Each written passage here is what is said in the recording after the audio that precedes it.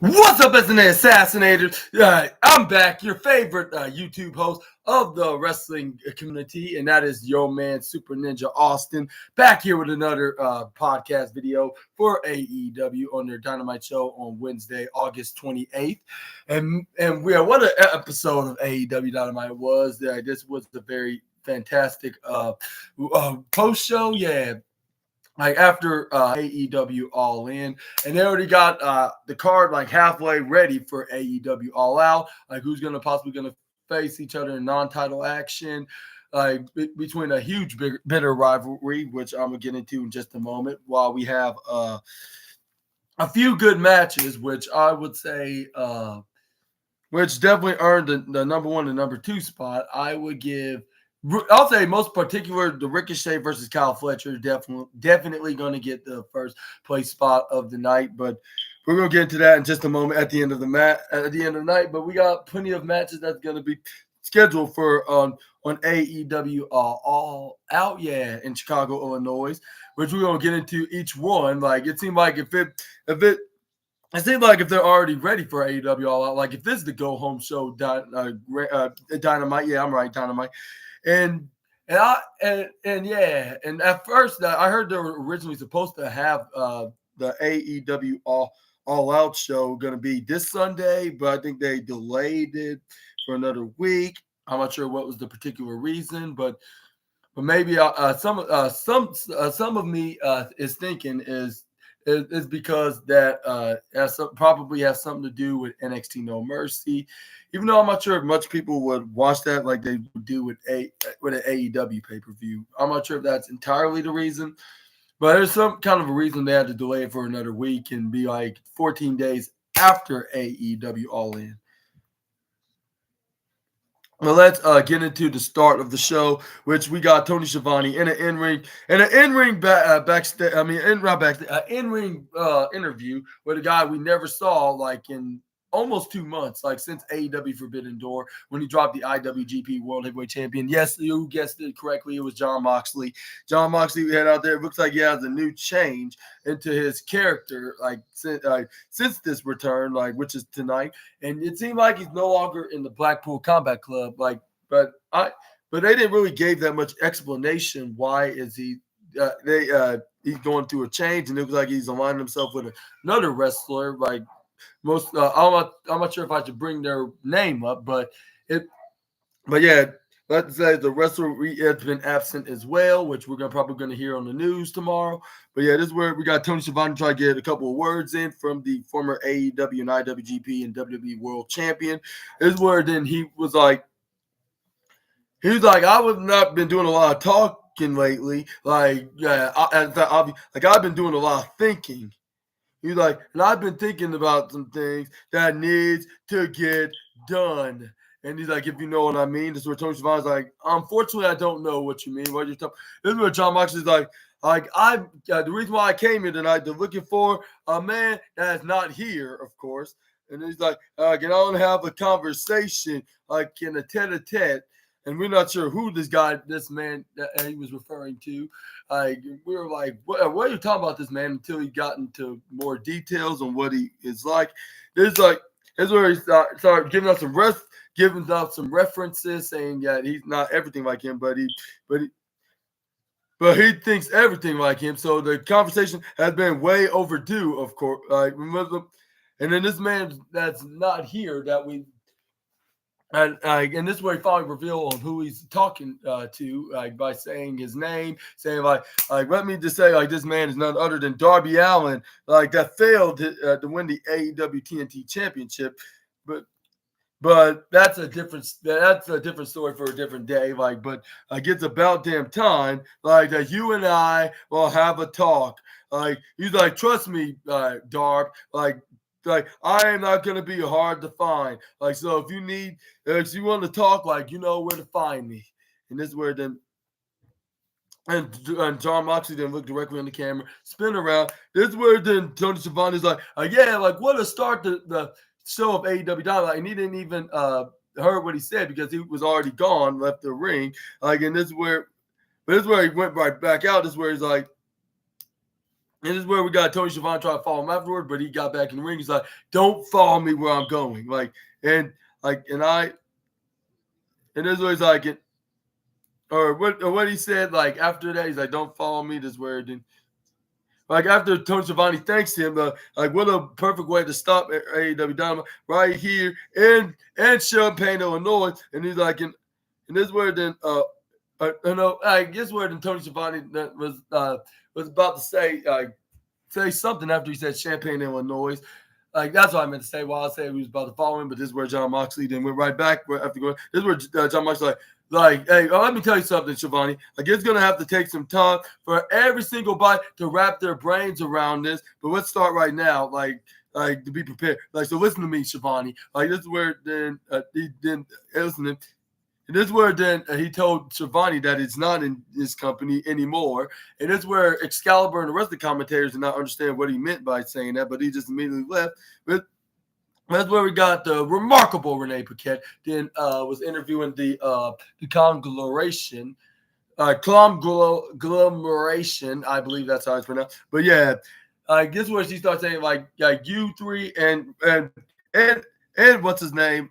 You it's gonna be you, Kyle, and Orange, and and Hook to take on the Learning Trees, Chris Jericho, and his students, the Redwood, Big Bill, and the Bad Apple, Brian Keith, along with Roderick Strong from the Undisputed Kingdom. This was like, there's any words before the match, and before I get into that, like, what are your thoughts on John Moxley and what's next for the former AEW World Champion with his new gimmick? I assume he's slowly but surely turning heel at this point. And do you think this is needed, or do you think he's much better playing the badass babyface or even a tweener? What do you think the scenario is good for the former IWGP and AEW World Champion? Let me know in the comments. But this is where we got Mark Briscoe then enter Renee's question. This is where then he was like, you got you are right on one thing about us. We had a lot going on. He's like tonight, like with my big top, this is where he's like my boy, like Tom here is gonna beat some cowboy ass, and then my boy Kyle and Orange, OC and Kyle, the three of us, we were not unfortunately successful in Gauntlet, but however, guess who was successful? Like our partner that became the new FTW championship for the third time, the cold-hearted handsome devil, that cold-hearted handsome Tasmanian devil, Hook. And this is where he's like, ain't that right? This is where Hook was like, yeah, like he was like, yeah, like it was pretty cool. And he's like, you damn right it was. And he's like, and my boy Tom and my girl Willie Will like won their match against Stokely, like the match, like at the at the 0 hour, and on account of that, like Willow gets to determine like if on how she's gonna what kind of match stipulation and also known as ass kissing that Chris Statlander is gonna have coming her way. I was like, hopefully she will get her ass kicked. But anyway, this is where then we got, and this is where then Mark Briscoe's like, what do you thinking, girl? And this is where Willow then answer what she's thinking. Like, I've been thinking, like, what if Tushy that's exactly what I want to do to her so bad, Mark. Like, he was like, and I want to make it an unsanctioned kind of territory. Like, and it's a, like, and it will indeed be an unsanctioned match. Like when we get to Chicago, and he's like, and then in the next 10 days, like, and I got the most. I'm the number one and most. I'm the number one wrestler and that has the most street fight match under her belt. Like, so why not we do a Chicago street fight? Like, that's what she said directly out loud. This is where Mark Briscoe's like, yeah, that's what I'm talking about. And that's where they walk out of there. This is where you start seeing them barking. That's where Tomohiro Ishii didn't head out to the ring because he had the cowboy that calls himself the Sugar Honey Iced Tea, I guess you could say. Like that's gonna take him on, and let me tell you, like this was like about a couple of inches away from getting the number one spot, but I had to give it to Ricochet against Kyle Fletcher, even though they both don't look like main eventers, at least not yet, on my opinion. Like, I mean, that's on most of your guys' opinions. Like, he may look like a mid-carder now, along with Kyle Fletcher, but in the next, I don't know when, like probably in the next year or two, like you could see them fighting for the AEW World Title. But anyways, yeah. But yeah.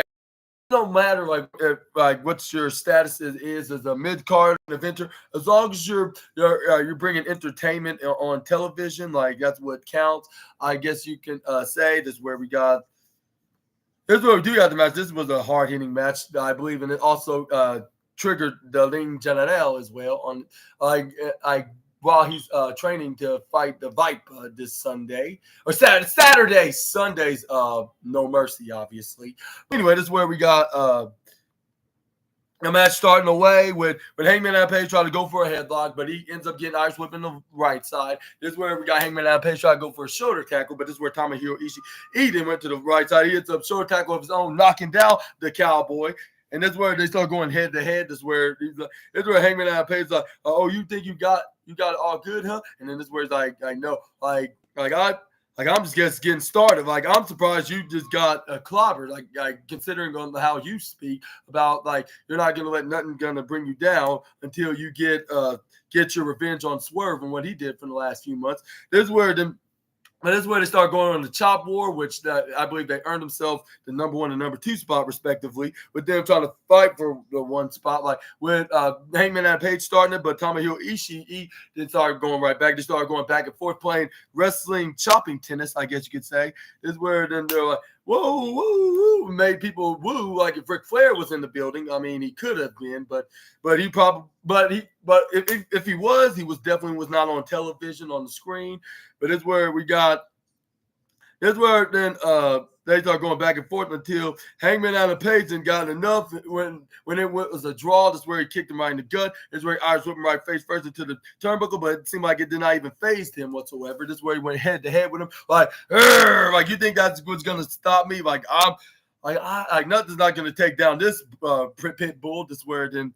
And Hangman Adam Page started hitting some punches and some chops, which I believe he got into the number 1 spot after hitting that and start taking him, keeping him hostage right into the upper left side turnbuckle until Tomohiro Ishii then tried to get right off of him, get out of his trap, I guess you could say. This is where he tried to hit some of his moves, but he got instantly countered out of, and he got tripped right over right to the ground. He got hit with this this leg twisting submission move that looked like a reversed sharpshooter lock. This is where until Tomohiro Ishii then started crawling, and then finally he got onto the ropes, and he definitely was acting like a pit bull. Like nothing was not gonna make him give up. Like he was persevering until the very end. And this is where then we got Hangman Adam Page. Then so it was like, oh darn! Like why did he have to go to the ropes? And that's where then he was like no matter. Like if I ever get to put him in a submission move, like I'm not make sure to not let him go, nor let him crawl around the sides and the corners and grab onto the rope. Is where he did. He had Ishii right into the turnbuckle on the bottom left side. This is where then he went right to the upper right and then hit a big clothesline. But this is where Tomohiro Ishii like, oh, I gotta like to see you do that again. This is where Hangman Adam Page started going for forearms right to the face onto the Japanese pit bull. This is where every time he hits him with like a half, which was most likely like half a dozen times, until we got Ishii then whacked him with a right elbow of his own, like hitting him face first. This is where then when Tomohiro Ishii then starts screaming right in front of the Hangman's face, is where he tried to go for a back suplex onto the Cowboy that calls himself Sugar Honey Iced Tea. But it's where he started elbowing him right in the back of his head. This is where we got Tomohiro Ishii went right to the right side. This is where we got Hangman Adam Page then to try to Irish whip him to the left side. But this is where we got Tomohiro Ishii then grab onto him and he hits the spinning back suplex. This is where then we got him going for a pin onto Hangman, but this is where Hangman kick out at nearly at the last second, but only at 2.8. And sometimes I do say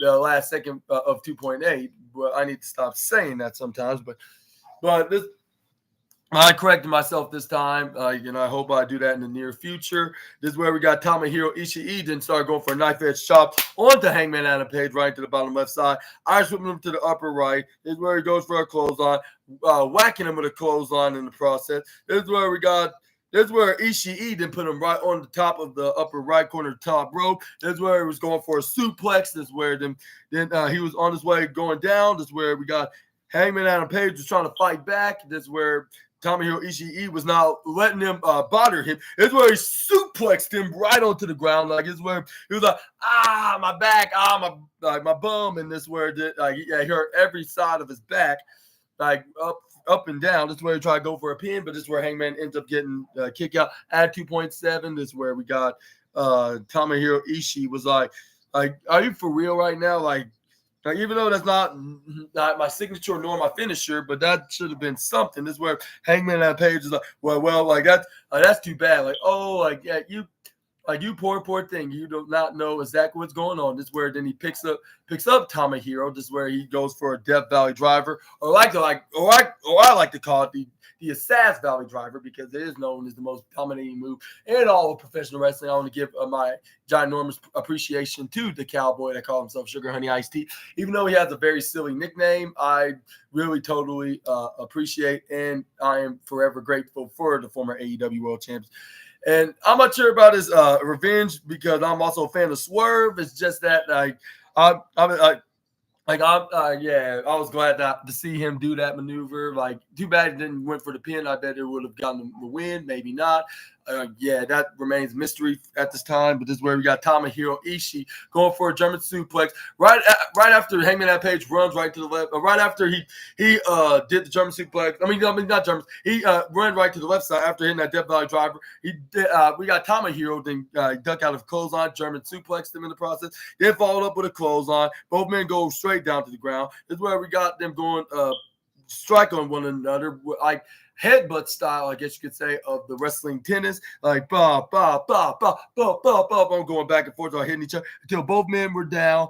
And this is where we got, and it was Hangman Adam Page that brought both of them down with him grabbing onto Tomohiro Ishii's arm and going for a crossface, like if he's the new AEW version of a guy that we cannot mention in the world of professional wrestling, not just the other company that they're competing against. But this is where we got Hangman Adam Page hit a German suplex on the Tomohiro Ishii when he tried to go for flip right out of it. And this is where then we got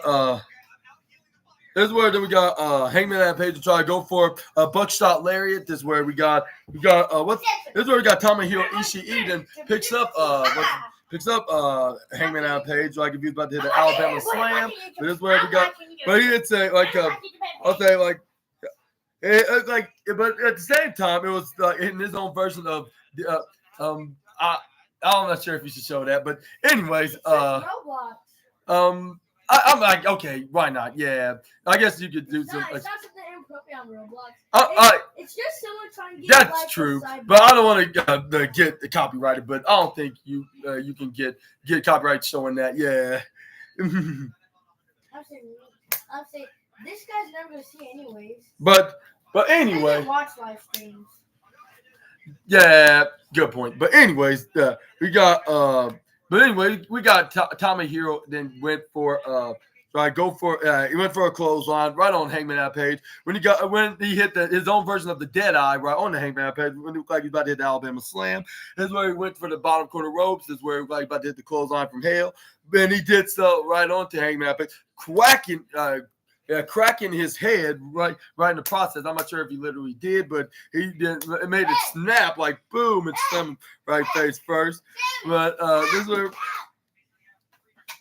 But this is where then we got Tomohiro Ishii then going right up on the top rope. This is where we got Hangman to go for a suplex onto the Cowboy. This is where we got Tomohiro Ishii get pushed right off of him. I mean, Hangman Adam Page pushed Ishii right off him. Hits a discus boot right to the face. This is where we got Ishii hits a big headbutt right onto Hangman, followed up with a discus clothesline. This is where Hangman Adam Page managed to get back up and hit a discus clothesline of his own. This is where Hangman Adam Page then right to the right side, nearly finished off Tomohiro, but this is where we got Tomohiro Ishii then intercepted, hit a headbutt right into his head. And you know the rules in professional wrestling. Like if the first attempt doesn't work, then there's always the guarantee the second time. But this is where they look at each other face to face diagonally with Hangman going to the left side and then Tomohiro Ishii on the right. This is where they try to go for a battle of the clothesline. Normally, we'll see both men falling down the clothesline, but it seemed like that the Hangman Adam Page's impede meter was more higher than Tomohiro's, and this is where he overpowered and beat him in this battle of the clothesline. This is where then we got this is where then Hangman Adam Page got him down right where he wanted him. This is where we got Hangman. Then this is where then he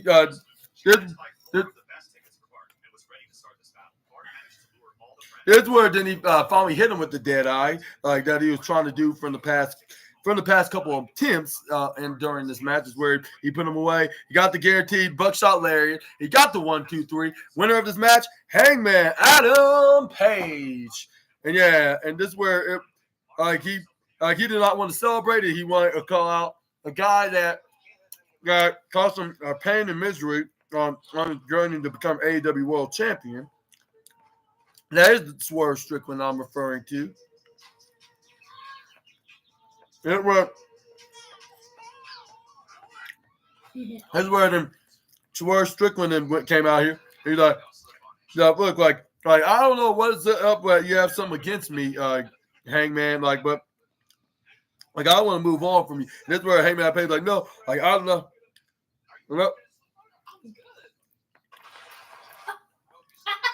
This is where he's like,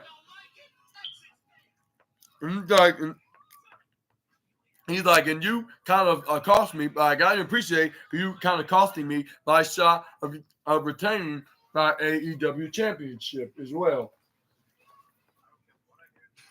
And this is where Schwarzenegger instead, but instead of complaining about this, I thought I might come out here, and look at you face to face and look in your eyes, and I'm going to tell you how sorry I feel bad for you. And this is where fans are like, you really sorry for him, for trying to do everything you can to make your life as a world champion miserable. And this is where Swerve Strickland then continue on that promo. This is where you're just a petulant little child, Hangman. And then this is where it continues, and then every tirade, and you broke, you get further and further away from success, and I get closer to it, and you make no mistakes, Paige. I may not have a gold championship around my waist right now, but I will always be referred to as a world champion in the record books in this company. And that's where. And this is where there's Nana and Brian Cage on the first two, but the third time you couldn't do it all by yourself when the time limit was up. And this is where and you know, Swerve, you know what I want the most, I want to leave all the guys you knew out of it. It's just you and I, just like this began. And I want you on your and I want you down on your knees. And this is where Swerve, and this is where he's Swerve is oh yeah, how about we lock these up, how about we lock them out and lock us in his ring. And he's and I wanted to do this match at the next pay-per-view, which is All Out in the next 10 days. And it's not gonna be no ordinary match. It's gonna be a steel cage. And he's and I had the match won this past Sunday, but you had to take that all away by distracting me and the ref, and that pissed me off. And it's you don't know about this, Heyman. You know what I did? What am I saying right now? He also brought up the time when they. Another time, in a triple threat match with Samoa Joe for the AEW Championship at AEW Revolution in the beginning of March, about almost 6 months ago. This was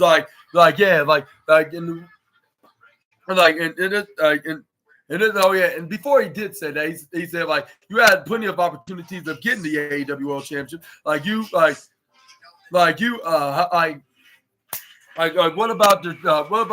couldn't even win the AEW Gauntlet match at the AEW Casino Gauntlet, the AEW Casino Gauntlet match at All In at World at All in London last Sunday. No.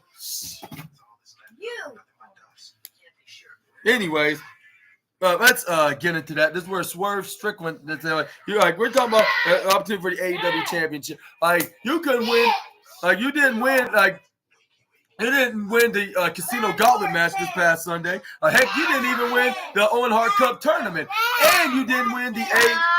You did not. You did not win the A. You did not.